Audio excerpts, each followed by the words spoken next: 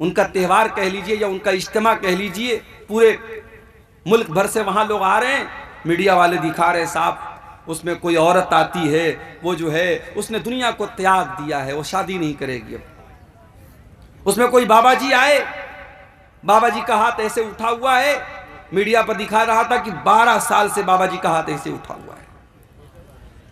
Media वाले बड़े खुशी से बड़े फख्र से बयान कर रहे हैं बाबा जी का हाथ 12 साल से ऐसे उठा हुआ है। जब हम इस तरीके के वीडियो देखते हैं, जब इस तरीके की खबरें देखते हैं, अल्लाह की कसम हमारा दिल तो शुक्र से बाग बाग हो जाता है। हमारे दिल में शुक्र का जज्बा पैदा होता है कि ऐ अल्लाह तेरा शुक्र है कि तूने हमें मुसलमान बनाया है, इस्लाम जैसी नेमत से तूने हमें नवाजा है। अल्लाह कह रहा है इंसान के दिल में 6 चीजों की मोहब्बत हमने डाल दी है। 6 चीजों से इंसान हर हाल में मोहब्बत करता ही करता है। कौन सी 6 चीजें हैं? मिनन निसा, मर्दों के दिल में औरत की मोहब्बत डाल दी गई, औरत की जरूरत है उनको। इंसान अगर है, मर्द है, वो मर्द के अंदर अगर मर्दानगी बाकी है तो उसे औरत की जरूरत है। अगर किसी को औरत की जरूरत नहीं है तो फिर वो मर्द नहीं है। इसीलिए हमारी शरीयत में निकाह रखा गया। हमारी शरीयत में ऐसा कोई सिस्टम नहीं है कि आप लड़की है तो शादी मत कीजिए, लड़का है तो शादी मत कीजिए, आप जिंदगी भर कुंवारे रहिए। नहीं, ये इस्लाम का सिस्टम नहीं है।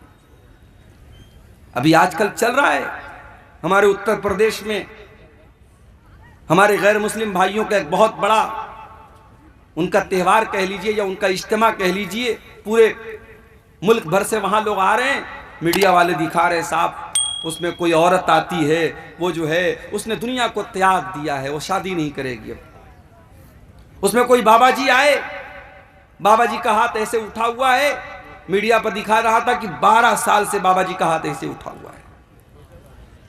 मीडिया वाले बड़े खुशी से बड़े फख्र से बयान कर रहे हैं बाबा जी का हाथ 12 साल से ऐसे उठा हुआ है। जब हम इस तरीके के वीडियो देखते हैं, जब इस तरीके की खबरें देखते हैं, अल्लाह की कसम हमारा दिल तो शुक्र से बाग बाग हो जाता है। हमारे दिल में शुक्र का जज्बा पैदा होता है कि ऐ अल्लाह तेरा शुक्र है कि तूने हमें मुसलमान बनाया है, इस्लाम जैसी नेमत से तूने हमें नवाजा है। ऐ अल्लाह हमारे दीन के अंदर, हमारे मजहब के अंदर कोई ऐसी इबादत नहीं है जिस इबादत में इंसान के ऊपर अत्याचार किया गया हो, जिस इबादत में इंसान के ऊपर जुल्म किया गया। अल्लाह के नबी के एक सहाबी है, नाम नोट कर लो, उस्मान बिन मज़ऊन रज़ी अल्लाह ताला अन्हु। उनके दिल में एक मर्तबा ख्याल आया शादी करूंगा, बीवी आएगी, बीवी को टाइम देना पड़ेगा, बच्चे पैदा होंगे, बच्चों को टाइम देना पड़ेगा, जितनी नमाज पढ़नी चाहिए उतनी नमाज नहीं पढ़ पाऊंगा, जितनी इबादत करनी चाहिए उतनी इबादत मैं नहीं कर पाऊंगा। उन्होंने इरादा कर लिया मैं कभी शादी ही नहीं करूंगा।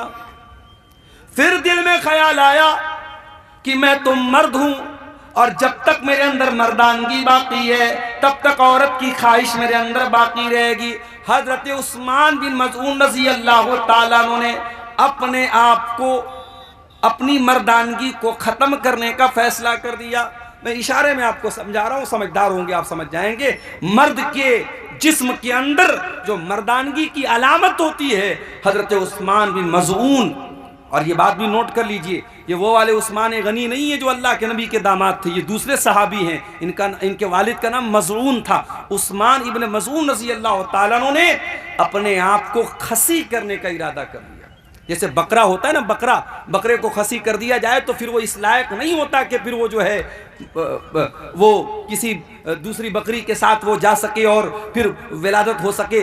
तो जिस तरीके से बकरे और जानवरों के अंदर खसी होता है, उस जमाने में चूंकि मेडिकल साइंस की तरक्की का दौर नहीं था, तो बाज लोग क्या करते थे, अपने आप को खसी कर लेते थे ताकि शादी की ख्वाहिश ही उनके अंदर बाकी न बचे, मर्दानगी ही उनकी खत्म हो जाए। उस्मान इब्न मज़ऊन रज़ी अल्लाह ताला अन्हु ने अपने आप को खसी करने का इरादा कर लिया।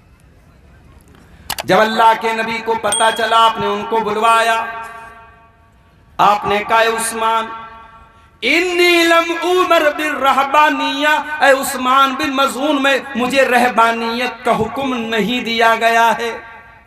ऐ उस्मान, जिस दीन को मैं लेकर के आया हूं, मेरे दीन के अंदर रहबानियत नहीं है। बाल बच्चों को छोड़ करके, दुनिया को छोड़ करके कुटिया में चले जाए, कोई पहाड़ पे चला जाए, ये मेरे दीन का कॉन्सेप्ट नहीं है। ऐ उस्मान इब्न मज़ून, कान खोल करके सुन लो। इन्नी उमिरतु अन अनामा व अकूमा, मुझे हुक्म दिया गया है मैं रात में आराम भी करूं और तहज्जुद की नमाज भी पढ़ूं। मुझे हुक्म दिया गया है मैं रोजा भी रखूं और मैं बेरोजा भी रहूं, यानी कंटिन्यू नफिल रोजा न रखूं, कभी रोजा रहूं कभी ना रहूं, मैं कंटिन्यू रोजा न रखूं। नफिल रोजा की बात हो रही।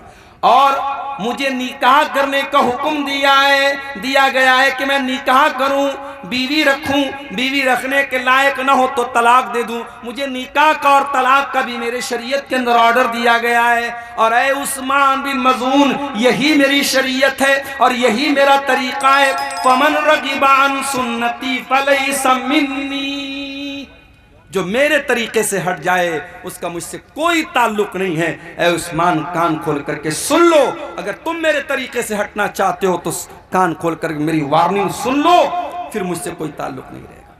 हजरत उस्मान इब्न मज़ून रज़ी अल्लाह तआला अन्हु को अपनी गलती का एहसास हुआ, उन्होंने फौरन रुजू किया। एक और सहाबी थे, नाम नोट कर लो उनका भी, अब्दुल्ला बिन अम्र बिन आस रज़ी अल्लाह तआला अन्हु, बहुत नेक सहाबी, अल्लाह वाले सहाबी, रात रात भर नमाज पढ़ने वाले सहाबी, दिन में नफिल रोजा रखने वाले सहाबी।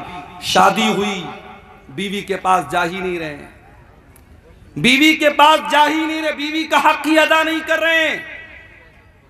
बहू को ससुर ने देखा, 3-4 दिन के बाद बहू का चेहरा उतरा हुआ है, बहू ने बाल भी कंघी नहीं किया है। ससुर ने पूछा, भाई क्या बात है, तेरी नई नई शादी हुई है, तू ऐसा हुलिया क्यों बना के बैठी? कहा कि अब्बू, आपके बेटे को मतलब ही नहीं है मुझसे, रात में नमाज पढ़नी है, दिन में रोजा रखना है, उनको तो बस रोजा रखना है, नमाज पढ़ना है, उनको बीवी से कहा मतलब है।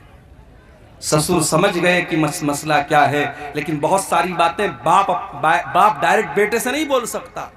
हजरत अब्दुल्ला के वालिद जो थे अम्र बिन आस, वो भी बहुत बड़े सहाबी थे, उन्होंने आकर के अल्लाह के नबी से कहा कि अल्लाह के नबी, ऐसा ऐसा मामला है, मेरी बहू ने इशारे में बताया है कि मेरा बेटा अपनी बीवी की जरूरतें पूरी नहीं करता है। ऐ अल्लाह के रसूल, आप मेरे बेटे को बुला करके समझाइए।